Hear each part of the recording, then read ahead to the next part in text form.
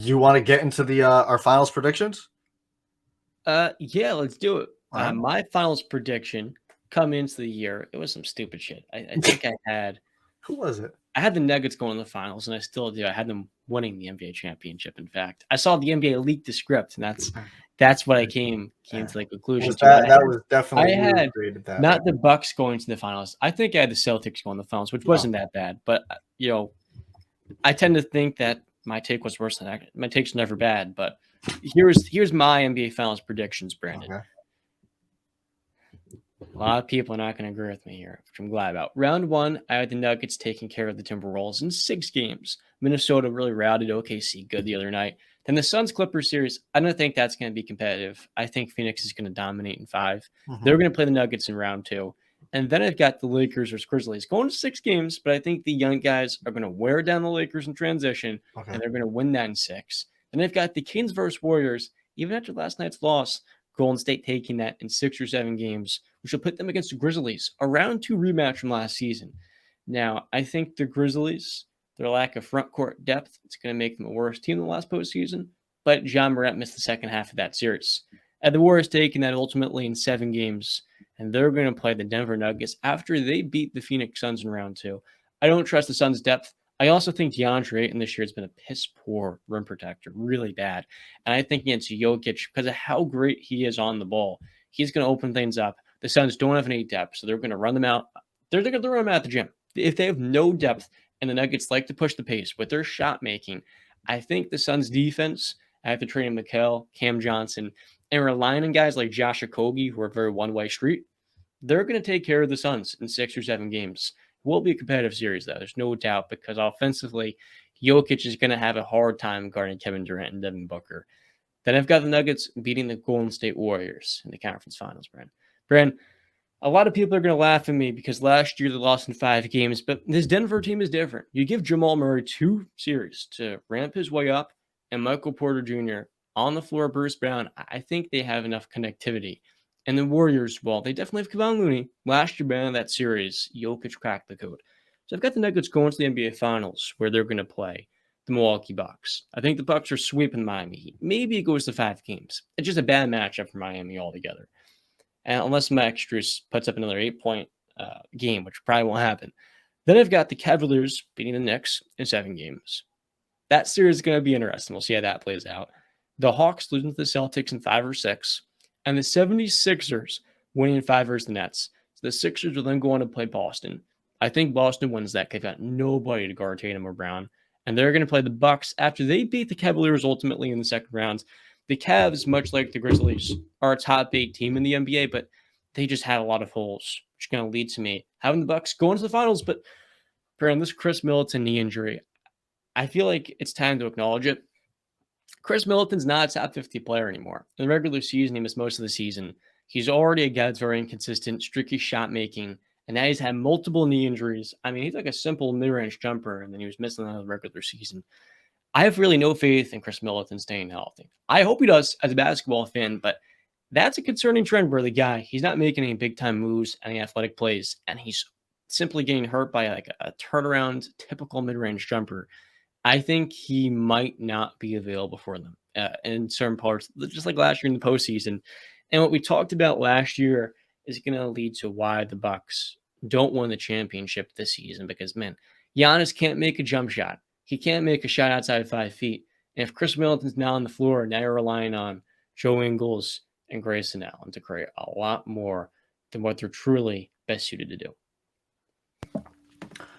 Okay. I mean, it's interesting that you don't trust Middleton's health, but you got them going to the finals. So that's interesting. But Still do. so for me, round one, I'll start on the East side because I think that's a little more easier to go through.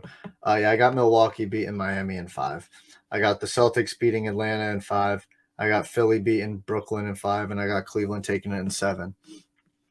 Although that could honestly switch either way. It doesn't really matter. Both teams are losing the second round because they're going to have to face Milwaukee, and Milwaukee is most likely taking care of them in 5 or 6. Then we got the Celtics and Sixers. And like I said, I have the Celtics going, beating the Sixers in 6 games. So I agree with you. I have the Celtics and Bucks. I think a lot of people have the Celtics and Bucks, except for a lot of Philadelphia and Joel Embiid fans. Celtics and Bucks in the conference finals. I think it goes 7 games. And like I've said multiple times, my preseason pick to go to the finals on the East side was the Celtics because they are the deepest team in the NBA, and they are the reigning defending Eastern Conference champions from last year. And their one major problem was getting a true point guard, and they got that in Malcolm Brogdon. And I think that just makes them that much better. I know Ime Udoka is gone, but Joe Mazzulla has stepped up a lot. Listen.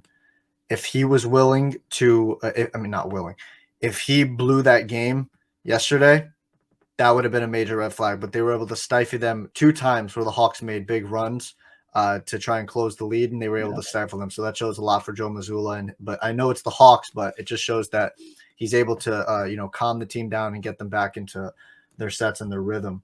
By the way, the Hawks made that comeback while shooting 5 of 29 as a team from deep. See that, and you know what? That just brings me to a point that I want to go side tangent real quick.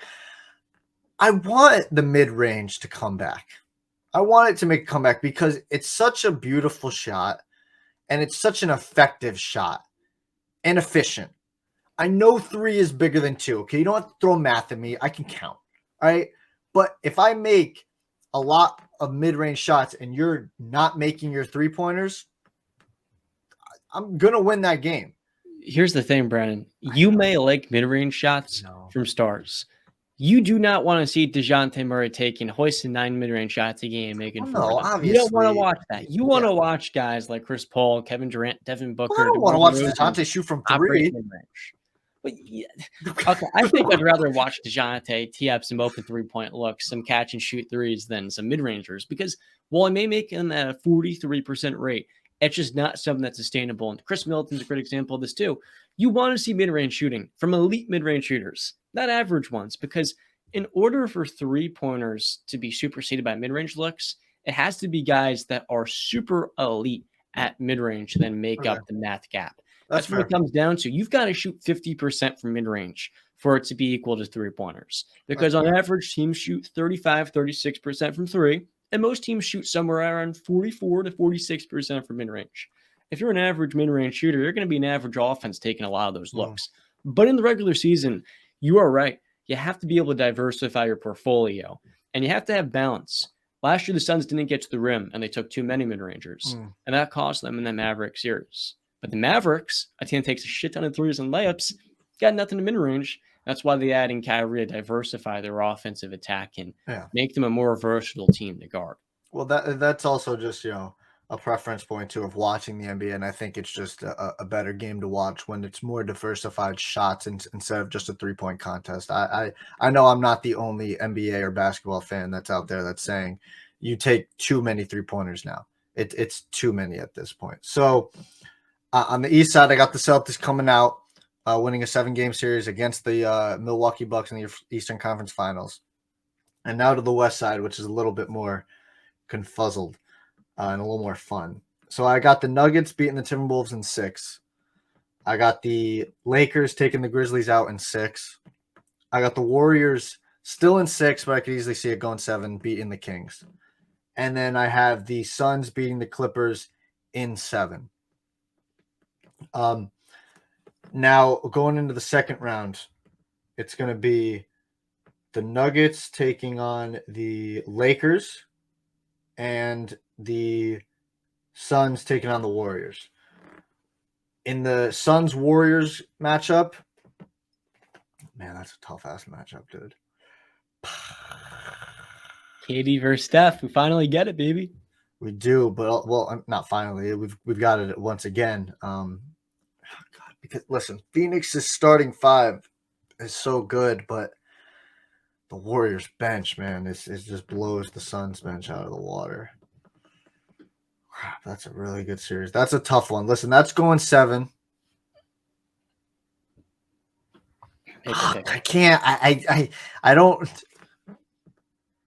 Did you have those 2 matching up in your you had those 2 matching up, right? No, I had the Warriors facing off with the Grizzlies. Oh, that's right, because you don't have the Lakers winning. Draymond is a tough matchup for the Warriors. Just because how much they want to operate mid-range, Draymond's going to get underneath them. And I think that'd be very tough to get to the rim if I'm Phoenix because I've got Draymond and Looney there. So Mm. the Warriors match up better with the Suns, and they just have So more would you depth take by this? default. Would you take Golden State in that series I would. in Depth 7? does matter. Yeah. I would take them in 6 games probably. Oh, okay.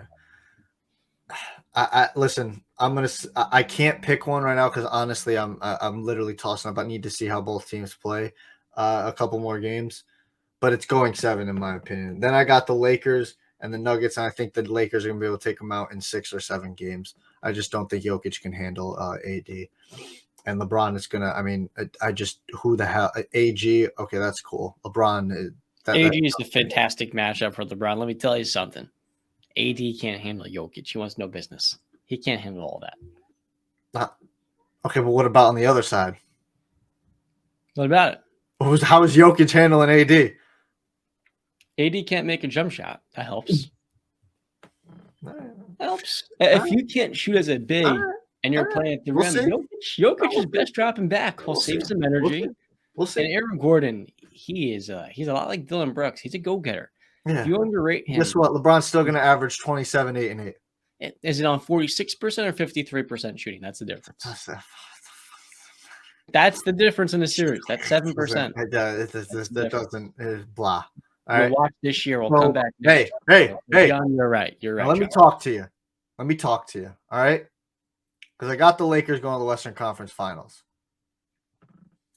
On the other side, it's either the Suns or the Warriors. Right now, I'm going to go Warriors, okay? But we'll talk about that series later when it happens and comes to fruition. Warriors, Lakers. Now, when we did talk about this matchup before, I said there's just – I know Draymond's tough as hell, and I know Kevon Looney's tough as hell, but goddamn, man. I don't think either of them can handle AD, honestly. God, is LeBron going to make it to another finals? That's tough. All right. Right now, the Lakers will be in the NBA Finals taking on the Boston Celtics. And I have I don't want LeBron to win another championship, John. I don't want to hear from LeBron fans, man. I don't. I'm taking the Boston Celtics to win the NBA Finals in 7 games. Yeah. Let's renew that LA-Boston rivalry. The last 7 or 8 team to make it to the finals was the 1999 Knicks in the lockout shortened season. I like the Lakers as a playoff team, but they're gonna have an uphill battle here with their depth. It's all about matchups, though. It's all about matchups. I mean, you can't tell me that the Lakers can't win any of those series I just named them in. You can't tell me that it's going to be a blowout. Like really, John. I understand the 7th seed thing, but this is such a different year where we've never seen a 7th seed as stacked as this one. You don't see a 7th seed with LeBron and AD. That doesn't happen. Yeah, but LeBron's not at peak levels, right? Well, at peak, okay. LeBron's peak is arguably the best ever. So he's come down a little bit, but that's still better than literally anybody else. And I also think, Brim, part of the Lakers' issue is Darvin Ham. Like I can see that. And inconsistent. He's not inconsistent. He's a new head coach. He's got a lot to learn. He's learning on the job, basically. Yes. And I agree with those points. You tell me the LeBron head coach. Tell me the elite head coach he's had. Tyronn Lue. That was 1 year. Mike Brown. How many years ago was that? That was Mike Brown, the Mike Brown now.